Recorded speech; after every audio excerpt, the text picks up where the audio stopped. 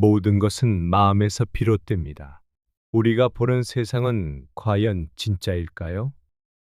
아니면 우리가 만든 마음의 투영일까요? 오늘은 불교 경전 법구경에 나오는 한 구절.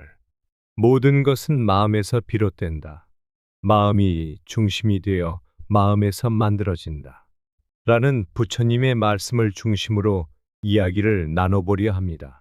우리가 겪는 고통과 행복이 어디에서 시작되는지 부처님의 깊은 지혜를 일어와 함께 풀어보겠습니다. 길을 걷듯 부처님과 함께 우리의 마음을 들여다보는 여정을 시작해 보겠습니다. 첫 번째 이야기, 부처님과 세제자의 숲길. 부처님께서 세제자와 숲길을 걷고 있었습니다.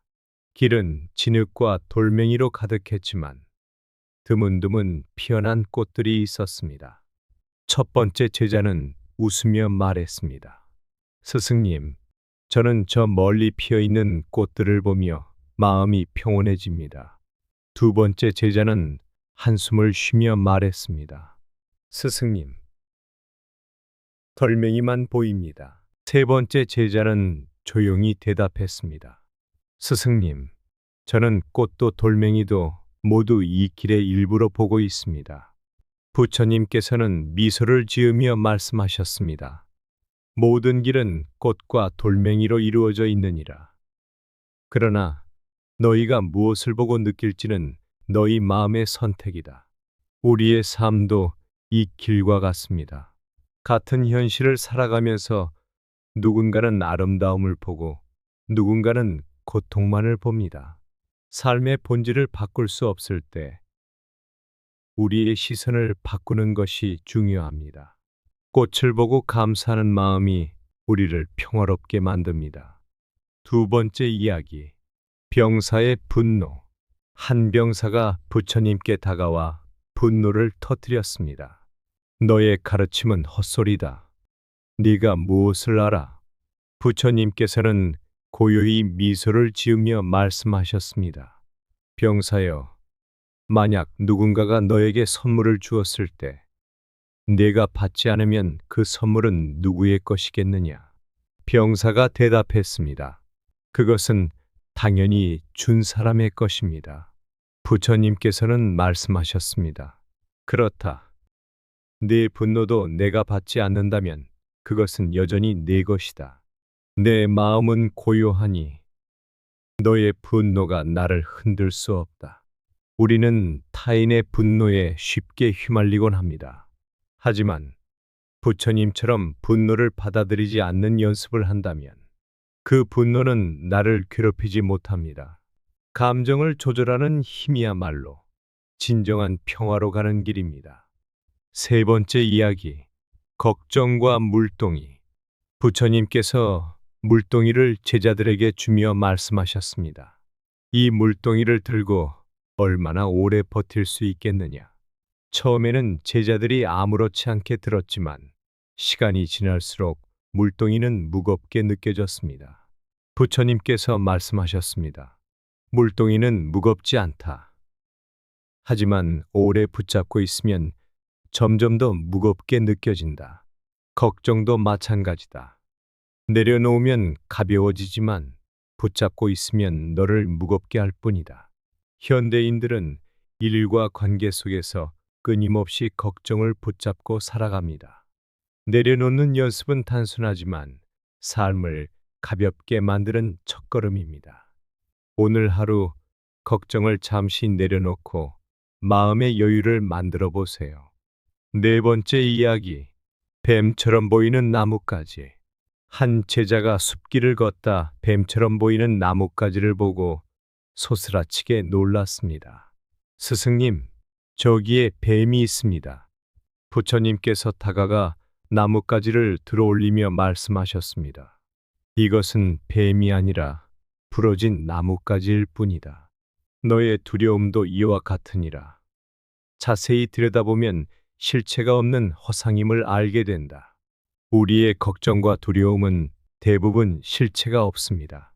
작은 오해나 상상에서 비롯된 두려움이 우리의 삶을 지배하지 않도록 두려움의 실체를 들여다보는 연습이 필요합니다.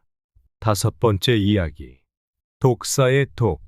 부처님께서 제자들에게 물으셨습니다. 독사가 너희를 물었다면 가장 먼저 해야 할 일은 무엇이겠느냐? 제자들이 대답했습니다. 독을 빨리 제거해야 합니다. 부처님께서는 말씀하셨습니다. 그렇다. 하지만 많은 사람들은 독을 제거하기보다 왜 뱀이 나를 물었는가? 를 고민하며 스스로를 더 괴롭히느니라. 고통이 너를 물었을 때 그 고통에 매달리지 말고 즉시 놓아버려라. 삶의 고통과 문제에 지나치게 집착하면 우리는 스스로를 더 괴롭게 만듭니다. 문제가 생겼을 때 이유를 찾기보다 해결을 향해 나아가는 자세가 필요합니다. 여섯 번째 이야기. 고요한 연못. 부처님께서 제자들과 함께 연못가에 앉아 말씀하셨습니다. 이 연못을 보아라. 물이 고요하니 그 안에 모든 것이 선명히 보인다. 연못에 돌을 던지자 물이 일렁이며 흐려졌습니다. 물이 흐려지니 그 안에 무엇이 있는지 보이지 않느니라. 마음도 이와 같으니 고요할 때 진실을 명확히 볼 수 있다. 대사회는 우리의 마음을 끊임없이 흔듭니다. 하지만 고요함 속에서 우리는 진정한 자신과 삶의 본질을 마주할 수 있습니다. 명상과 침묵의 시간을 가져보세요. 일곱 번째 이야기. 나비의 날갯짓. 부처님께서 한 나비를 가리키며 말씀하셨습니다. 이 나비의 날갯짓은 작아 보이지만 바람을 일으켜 세상을 변화시킬 수도 있다. 너희의 작은 선행도 이와 같으니 작은 행동이 큰 변화를 만들게 된다. 작은 친절이나 선행이 세상을 바꾸는 씨앗이 될 수 있습니다. 누군가에게 건넨 따뜻한 한마디가 그 사람의 하루를 바꾸고 더 나아가 세상에 선한 영향을 미칠 수 있습니다. 여덟 번째 이야기. 두 친구의 갈등. 두 제자가 서로 다투며 부처님께 찾아왔습니다. 스승님, 제 친구가 저를 배신했습니다. 그를 용서할 수 없습니다. 부처님께서는 미소를 지으며 말씀하셨습니다. 너는 지금 친구가 너를 괴롭히고 있다고 생각하느냐? 제자는 대답했습니다. 아니요, 지금은 아무 일도 없습니다. 부처님께서는 고개를 끄덕이며 말씀하셨습니다. 그럼 왜 과거의 일을 계속 마음속에 담아두고 너 자신을 괴롭히느냐? 용서란 상대방을 위해 하는 것이 아니라 너 자신의 자유를 위해 하는 것이니라. 현대 사회에서 우리는 종종 과거의 상처를 놓지 못하고 스스로를 괴롭힙니다. 하지만 용서는 자신을 치유하는 시작입니다. 용서할 때 비로소 우리는 자유로워질 수 있습니다. 아홉 번째 이야기. 작은 선행의 씨앗. 어느 노파는 매일 새들에게 먹이를 나누었습니다. 사람들은 그녀를 비웃으며 말했습니다. 네가 하는 일이 무슨 의미가 있느냐? 하지만 몇 해 뒤 그녀의 밭에서 대풍이나 마을 전체를 먹일 만큼 곡식이 자랐습니다. 부처님께서는 말씀하셨습니다. 자비는 작은 씨앗과 같으니라. 그 씨앗이 자라면 너와 세상을 풍요롭게 하느니라. 작은 친절과 선행은 우리가 미처 알지 못한 채 세상에 선한 영향을 미칩니다. 우리가 오늘 베푼 작은 친절이 언젠가 큰 변화를 만들어낼 것입니다. 열 번째 이야기. 태양과 그림자. 제자가 부처님께 물었습니다. 스승님, 저는 과거의 실수에서 벗어날 수 없습니다. 어떻게 해야 할까요? 부처님께서는 제자를 태양 아래로 데리고 가셨습니다. 너의 그림자를 보아라. 그것은 항상 너를 따라다니지만 너를 해치지 않는다. 부처님께서는 이어 말씀하셨습니다. 과거는 너의 그림자와 같으니라. 그것은 너의 일부일 뿐 현재를 방해하지 않는다. 그림자를 두려워하지 말고 현재의 빛을 따라 걸어라. 과거의 실수에 집착하지 말고 현재에 집중하는 것이 중요합니다. 과거는 교훈일 뿐 우리의 발목을 잡을 필요가 없습니다. 11번째 이야기. 화와 얼음. 한 제자가 분노로 괴로워하며 부처님께 찾아왔습니다. 스승님, 저는 화를 억제하려고 노력하지만 실패합니다. 어떻게 해야 합니까? 부처님께서는 제자에게 얼음 한 조각을 건네주며 말씀하셨습니다. 이 얼음을 손에 쥐고 있어라.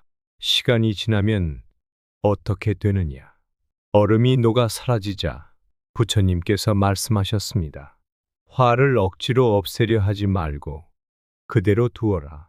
화는 얼음처럼 스스로 녹아 사라지게 되어 있다.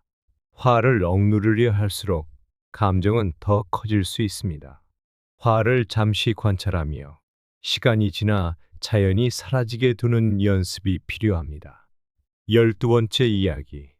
새가 된 원숭이.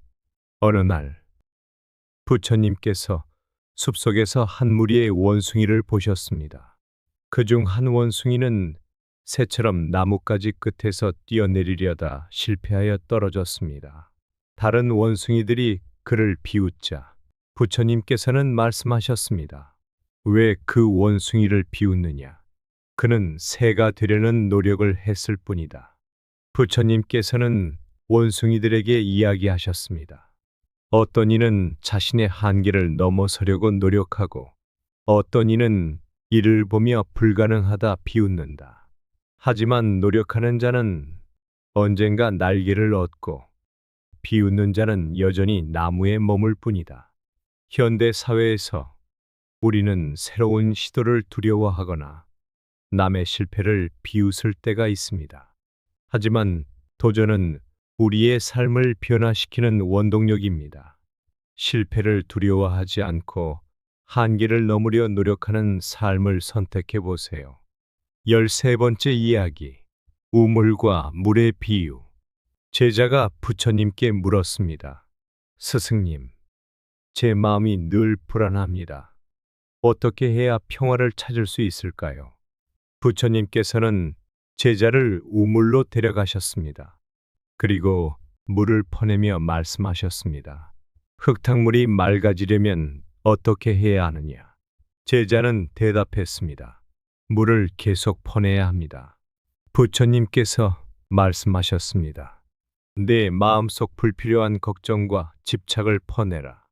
그 자리에 평화와 고요가 채워질 것이다.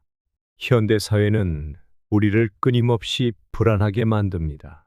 마음속 불필요한 감정과 생각을 정리하고 평화를 위한 공간을 만드는 것이 중요합니다. 14번째 이야기. 나무의 자람. 부처님께서 나무 한 그루를 가리키며 제자들에게 물으셨습니다. 이 나무는 무언가를 얻기 위해 자라고 있는 것이냐? 제자들은 대답했습니다. 아니요, 스승님. 나무는 그저 자라고 있습니다. 부처님께서는 말씀하셨습니다. 너희 삶도 그러하니라.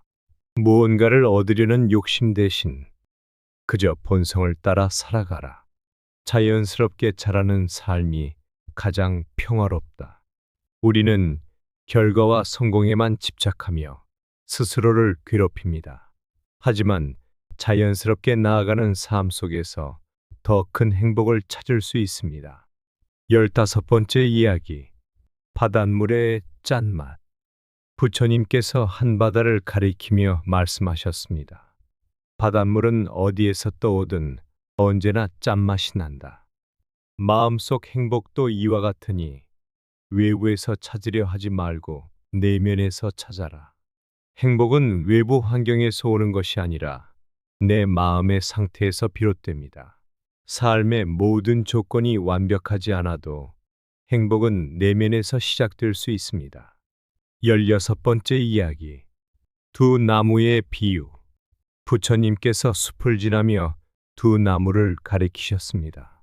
하나는 가지가 무성하고 그늘이 넓었으며 다른 하나는 잎이 거의 없는 앙상한 나무였습니다. 부처님께서 말씀하셨습니다.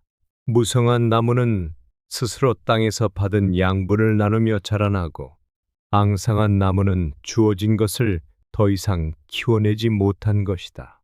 너희 마음도 이와 같으니라. 마음이 풍요로우려면 받은 것을 나누고 그것을 키워가야 한다. 자신이 받은 것을 나눌 때 우리는 더 풍요로운 삶을 살게 됩니다. 지식, 자원, 따뜻한 말 한마디를 나누는 작은 행동이 우리의 마음을 넓혀줍니다. 17번째 이야기. 맑은 연못의 거울. 한 제자가 부처님께 물었습니다. 스승님, 왜 저는 다른 사람들을 쉽게 판단하게 되는 걸까요? 부처님께서는 연못가로 데려가 말씀하셨습니다. 이 물을 보아라. 고요할 때 너의 모습이 비치느냐? 네. 부처님께서 연못에 돌을 던지자 물결이 일렁이며 제자의 모습이 흐려졌습니다. 물이 흔들리니 너의 모습이 보이지 않느냐? 내 마음이 고요하지 않으면 다른 사람을 있는 그대로 보지 못하고 흐릿하게 왜곡되니라. 현대인은 자신과 타인을 판단하기에 바쁩니다. 그러나 고요한 마음을 유지할 때 우리는 타인의 본 모습을 온전히 이해할 수 있습니다. 판단 대신 이해를 선택해 보세요. 18번째 이야기. 산과 돌멩이. 한 제자가 부처님께 말했습니다. 스승님, 저는 주변 사람들의 비난에 쉽게 상처받습니다. 어떻게 하면 강한 마음을 가질 수 있을까요? 부처님께서는 큰 산을 가리키며 말씀하셨습니다. 비가 내리고 돌멩이가 굴러도 산은 흔들리지 않는다. 너의 마음도 산처럼 흔들리지 않아야 하느니라. 남의 말에 흔들릴 때 그것은 너 스스로 마음을 지키지 못했기 때문이다. 우리는 타인의 말에 너무 쉽게 흔들립니다. 스스로의 가치를 알고 내면을 단단히 할 때 진정한 평화를 얻을 수 있습니다. 19번째 이야기. 짐을 진 나귀. 한 나귀가 무거운 짐을 지고 힘겹게 길을 걷고 있었습니다. 주인은 나귀를 채찍질하며 더 빨리 걸으라고 다그쳤습니다. 부처님께서 이를 보며 제자들에게 말씀하셨습니다. 너희의 마음도 저 나귀와 같으니라. 스스로에게 너무 많은 짐을 지우고 더 빠르게 가라며 다그치면 결국 쓰러지게 될 것이다. 때로는 멈추어 쉬게 하라. 현대사회는 우리에게 끊임없이 더 많은 성과와 더 높은 목표를 요구합니다. 그러나 스스로에게 휴식을 허락할 때 우리는 더 오래, 더 행복하게 나아갈 수 있습니다. 20번째 이야기. 새를 놓아준 소년. 어느 날, 한 소년이 새장 속의 새를 부처님께 보여주며 자랑했습니다. 스승님, 제가 이 새를 잡았습니다. 정말 아름답지 않습니까? 부처님께서 미소를 지으며 말씀하셨습니다. 이 새를 풀어주어라. 자유롭게 나는 모습을 보아라. 그것이야말로 진정한 아름다움이니라. 소녀는 잠시 망설였지만 새를 놓아주었고 새가 하늘로 날아오르는 모습을 보고 환히 웃었습니다. 자유는 우리의 삶을 아름답게 만듭니다. 집착을 놓고 자신과 타인에게 자유를 줄 때 우리는 더 큰 행복을 느낄 수 있습니다. 21번째 이야기. 작은 불씨. 부처님께서 한 촛불을 가리키며 말씀하셨습니다. 작은 불씨 하나가 온 세상을 태울 수도 있느니라. 너희 마음속 분노와 탐욕도 이 불씨와 같다.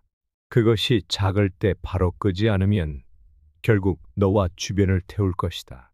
작은 분노와 욕망도 방치하면 큰 불행을 가져옵니다. 스스로의 감정을 초기에 알아차리고 다스리는 것이 중요합니다. 22번째 이야기. 작은 불빛. 어느 날 제자가 부처님께 물었습니다. 스승님, 저는 제 삶이 어둡게 느껴집니다. 아무것도 제대로 되는 일이 없고 희망이 없습니다. 부처님께서는 그를 어두운 방으로 데리고 가 말씀하셨습니다. 여기서 손을 뻗어보아라. 무엇이 느껴지느냐? 아무것도 없습니다, 스승님. 너무 어두워서 아무것도 보이지 않습니다. 부처님께서는 작은 등불을 켜며 말씀하셨습니다. 이제는 보이는 것이 있느냐? 제자가 환하게 웃으며 대답했습니다. 네, 스승님. 제가 갈 길을 볼 수 있습니다. 부처님께서 말씀하셨습니다. 작은 불빛 하나가 어둠을 물리칠 수 있느니라. 내 마음속 어둠도 작은 선행과 깨달음으로 서서히 사라질 것이다. 삶이 어둡게 느껴질 때 작은 선행이나 새로운 시도가 희망의 시작이 될 수 있습니다. 작은 변화를 만들어가는 습관이 인생의 방향을 바꿀 수 있습니다. 23번째 이야기. 흐르는 강물. 부처님께서 강가에서 제자들에게 말씀하셨습니다. 강물은 멈추지 않고 흘러간다. 너희의 고통과 걱정도 강물처럼 흘러가게 하라. 붙잡으려 하지 않으면 그것은 자연히 사라질 것이다. 삶의 고통과 어려움은 우리를 오래 괴롭히지만 그것에 집착하지 않는다면 시간과 함께 흘러가게 됩니다. 문제를 억지로 해결하려 애쓰기보다 자연스럽게 흘려보내는 태도가 필요합니다. 24번째 이야기. 물과 바위. 부처님께서 말씀하셨습니다. 물은 바위를 깎을 수 있느니라. 바위는 단단해 보이지만 물의 끈질긴 흐름 앞에서는 결국 모양이 변한다. 마음의 평화도 이와 같아서 집착을 놓고 꾸준히 다스리면 모든 고통을 이길 수 있다. 끈기와 반복적인 노력은 삶의 가장 큰 변화의 원동력입니다. 작은 실천을 꾸준히 이어가면 결국 큰 변화를 만들어낼 수 있습니다. 25번째 이야기. 말의 힘. 부처님께서 제자들에게 물으셨습니다. 말 한마디가 무엇을 바꿀 수 있느냐? 그러자 한 제자가 대답했습니다. 스승님, 따뜻한 말 한마디가 사람의 마음을 치유하고 비난의 말 한마디가 사람의 마음을 무너뜨릴 수 있습니다. 부처님께서 고개를 끄덕이며 말씀하셨습니다. 그렇다.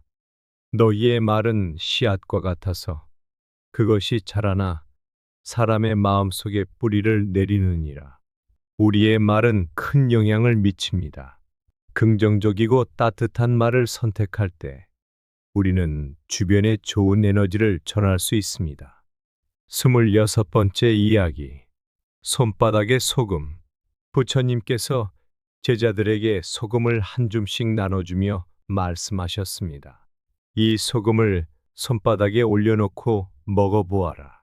제자들은 소금을 맛보고 얼굴을 찌푸렸습니다. 부처님께서 그 소금을 강물에 넣으며 말씀하셨습니다. 이제 강물을 마셔보아라. 소금의 짠맛이 느껴지느냐? 제자들은 고개를 저었습니다. 작은 고통은 내 마음에 가득할 때 커 보이지만 넓은 마음에서는 사라지느니라. 마음이 좁아질수록 작은 고통도 크게 느껴집니다. 마음을 넓히고 여유를 가지는 연습이 필요합니다. 27번째 이야기. 제자와 강물의 소리.